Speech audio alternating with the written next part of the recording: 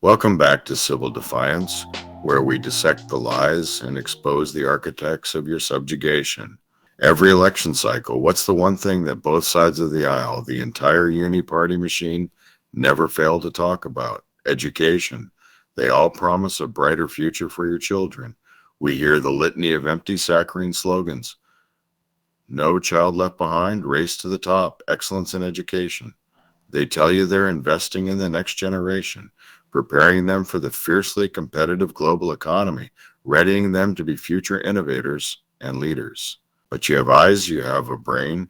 Look around. Are we as a nation getting smarter? Are we more equipped for reasoned debate and critical thinking? Or are we becoming increasingly tribal, easily manipulated, intellectually fragile, and fundamentally less informed? The evidence of a deteriorating public discourse is undeniable. The capacity for reasoned, fact based debate is vanishing. Tonight, we pull back the curtain on the great education conspiracy. This is not an accident of bureaucracy. This is not mere incompetence or mismanagement. The systematic degradation of the American school system is a carefully orchestrated uni-party agenda. The goal is simple, dark, and utterly self serving: to create a populace that is just smart enough to run the machinery of the economy and just dumb enough to passively accept their situation and believe everything they're told without question. The answer, as always, is far darker than mere incompetence. It is a cynical, calculated move for perpetual political control. Let's start with the most obvious lie: the money. The politician stands at the podium, red or blue tie, it makes no difference, and they speak of the sacred duty to fund our schools. They pass massive, confusing 3,000-page omnibus bills they swear are for education. But what happens when the cameras turn off? The Uni-Party elite in Washington and your state capitals quietly gut the actual measurable funding for the core resources that matter. The history of education finance is a masterclass in political sleight of hand, the great bait and switch.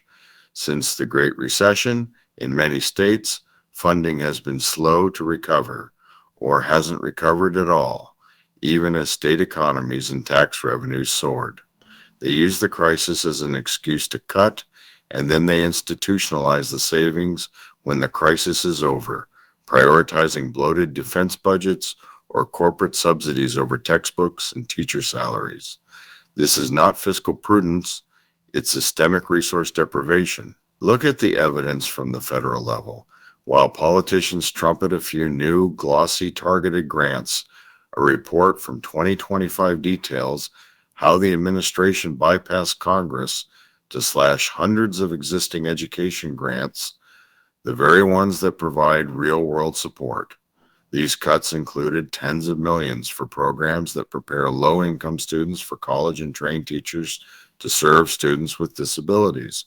This happens even as they claim to be champions of these marginalized groups. Direct quote: an analyst speaking on these cynical actions said, ending them without warning is breaking a long-standing agreement between the federal government and local communities. The money is often redirected, not back to taxpayers, but toward private interests or bureaucratic slush funds, all under the guise of efficiency and reform. They love to blame the local school boards and the dedicated teachers, anyone but the central planners. Federal funding, while only a piece of the pie, is a critical gap filler for poor and rural districts. When they cut that fraction, it creates a cascade failure that no local property tax base can possibly fix. They perform the loud public act of giving with one hand, and then they take away 10 times more with the other through quiet executive orders and complex regulatory changes. This is not a mistake. This is engineered scarcity. They starve the system, watch it predictably fail, and then propose yet another sweeping reform that gives the federal bureaucracy more control while diverting more public money to private, unaccountable entities. It's a closed-loop system of manufactured crisis that ensures the Uni-Party's intervention is perpetually needed. The goal is to defund the public mind and redirect the resources to mechanisms of state control.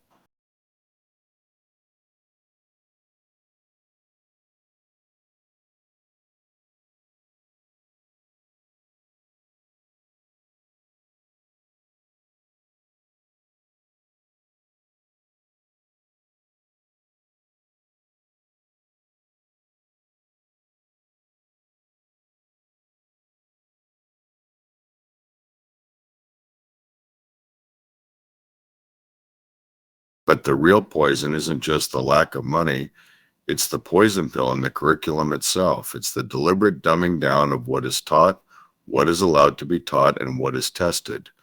The entire educational focus has shifted violently from genuine critical thinking, deep history, and rigorous debate to compliance, rote memorization, and high stakes testing.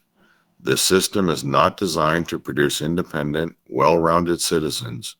It's designed to produce obedient data points. Let's talk about history, the subject most vital to a free society, a citizenry that understands history, not a sanitized, politically convenient version, but the brutal, complex, and contradictory history of human governance, is the most dangerous force to any ruling class. Today, both sides of the Uni-Party engage in a frantic culture war over what history is. On one side, those who want to erase discomforting truths to promote nationalistic fervor. On the other, those who want to substitute genuine history with a new, equally dogmatic and one sided form of indoctrination. The result? Confusion, division, and an electorate that is historically illiterate. A people without a true understanding of the past are utterly helpless against the lies of the present. Former New York State Teacher of the Year and truth teller John Taylor Gatto, a figure who understood this insidious process decades ago, called this out directly in his seminal work, Dumbing Us Down, The Hidden Curriculum of Compulsory Schooling. Direct quote Gatto. Our form of compulsory schooling is an invention of the state of Massachusetts around 1850. It was resisted, sometimes with guns, by an estimated 80% of the Massachusetts population. Why the armed resistance? Because they knew instinctively that compulsory schooling, controlled and mandated by the state, was at its root about social engineering and factory style production, not intellectual awakening. Gatto identified 7 subtle lessons that the compulsory school system is truly designed to teach. Lessons that are the inverse of liberty: confusion, class position, indifference, emotional dependency, intellectual dependency, provisional self-esteem, and that one can't hide. These are not the principles of a republic. These are the core tenets of a highly managed correctional system. Today, the chokehold is tighter than ever. We've replaced real civics, the study of government mechanics and political philosophy, with partisan dogma and virtue signaling. We've replaced philosophy and open debate with sanitized approved narratives. The goal is not to ask why the government is acting, but simply to memorize the approved talking points about what the government says it's doing. The entire standardized testing regime is the perfect mechanism of control. It measures compliance, not creativity. It measures short-term retention, not deep analysis. It forces teachers to teach to the test, effectively outsourcing curriculum control from dedicated educators to the testing corporations, which conveniently are often intertwined with the same political elite that drafts the reform bills. They are producing a generation that is functionally illiterate in the essential language of freedom and self-governance. They can pass a multiple choice bubble test, but they cannot analyze a complex political manifesto, debate a philosophical principle, or trace the historical roots of tyranny. This leaves them utterly defenseless against the manipulation of the Uni-Party. They are producing voters who are easily swayed by a 30-second soundbite and a catchy logo, rather than citizens who demand an objective accounting of their elected officials' entire legislative record. That, my friends, is the terrifying definition of a gullible and uninformed voter. Let's drill down to the core, uncomfortable truth. Why would the Uni-Party want a stupid population? It is not because they are simply incompetent or benevolent bumblers. It's because political ignorance is a feature, not a bug of their control system. The late great social critic George Carlin, a man who saw the truth through the haze of cultural nonsense, summed it up with brutal prophetic clarity. Direct quote Carlin: governments don't want a population capable of critical thinking. They want obedient workers, people just smart enough to run the machines and just dumb enough to passively accept their situation. That, my friends, is the Uni-Party's operating manual, laminated and hung on the wall of every powerful office in D.C. A critically thinking voter is a threat. They ask difficult, expensive, and inconvenient questions. Why are we perpetually at war, and who is getting rich from it? Where did the trillions of printed dollars actually vanish to? Why do both political parties vote for the same disastrous bailouts, trade deals, and surveillance acts? Why do the powerful elite seem to operate above the very laws they enforce on the rest of us? An uninformed, compliant voter, the predictable product of this broken system, asks only superficial questions. Did my guy win the debate? Which cultural outrage am I supposed to be furious about this week? Which pre-approved soundbite should I parrot on social media to signal my virtue? Who is the enemy I need to hate to distract from the reality of my declining purchasing power? The political consequences of uninformed voters are not speculative. They are academic fact. Research from institutions like Princeton and published in major academic journals suggests that uninformed individuals are significantly easier to steer. They tend to side with the numerical majority or are more susceptible to misinformation and emotional manipulation. One study focusing on partisanship found that when uninformed citizens received accurate political information, they systematically shifted their preferences, meaning a lack of information produces political results different from an ideal, fully informed electorate. In a truly informed electorate, the entire scaffolding of the Uni-Party would instantly crumble. They don't need you to be completely illiterate. They need you to be distractible and reactive. They need you to be passionate about the emotional politics of division, the culture wars. So you don't notice the financial war they are winning against your paycheck. They need you to be incapable of connecting the dots between the systematic funding cuts in your local school district and the massive, untracked government spending that benefits their powerful donors and special interests. This is the ultimate con. Keep the people confused, keep them compliant, and you keep the power. They sell you the illusion of a world-class education while constructing a nationwide factory for producing gullible, easily led voting blocks. Every time they pass a new reform bill, they are simply fine-tuning the machine that grinds critical thought into compliant silence. The ignorance of the populace is the bedrock of the Uni-Party's power.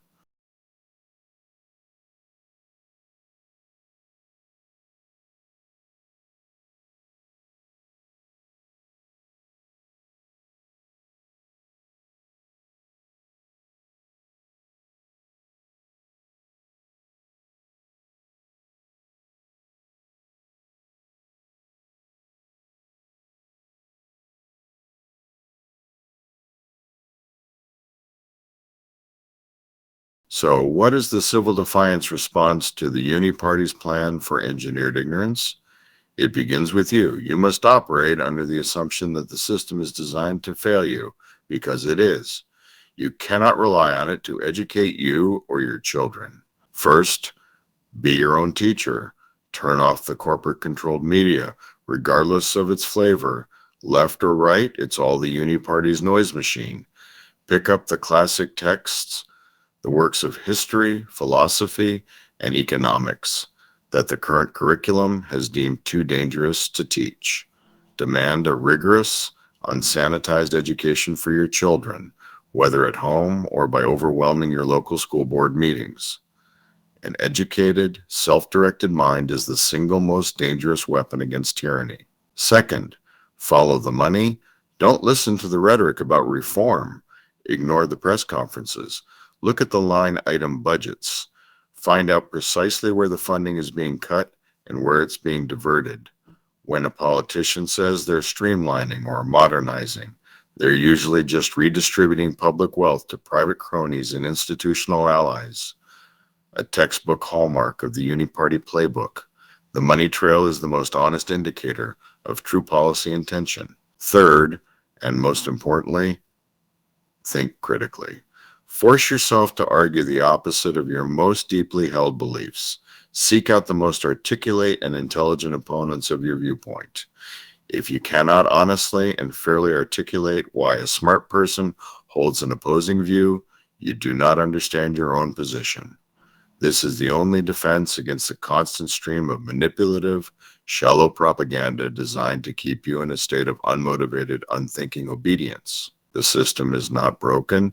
It is working exactly as the Uni-Party designed it to produce workers who obey and voters who comply. Our defiance must be to become unmanageable, to become a population that is too informed, too curious, too critical, and too engaged to be governed by lies. The fight is not in the ballot box alone, it is in your own mind. Reclaim your mind, and you reclaim your country. I'm Otto Bismarck. This is Civil Defiance. Be ungovernable. A quick note on our sources for those keeping score at home. This is your toolkit for civil defiance on the need for an uninformed populace. George Carlin. Governments don't want a population capable of critical thinking. They want obedient workers, people just smart enough to run the machines and just dumb enough to passively accept their situation. Academic research on political ignorance. References to studies, such as those discussed on platforms like ResearchGate regarding the political consequences of uninformed voters, which show a lack of information in the electorate produces political outcomes different from an ideal informed counterfactual. On curriculum and compulsory schooling, John Taylor Gatto, The Underground History of American Education. Our form of compulsory schooling is an invention of the state of Massachusetts around 1850. It was resisted, sometimes with guns, by an estimated 80% of the Massachusetts population. On funding cuts and policy rhetoric 2025 examples, Education Week /BROOKING, S institution analysis detailing how administrations bypass Congress and slash hundreds of grants for essential programs, for example, college prep for low-income students, special needs teacher training. Quote referencing the broken agreement of grant cuts, ending them without warning is breaking a long-standing agreement between the federal government and local communities, as cited in Ed Week on SEPT 24, 2025.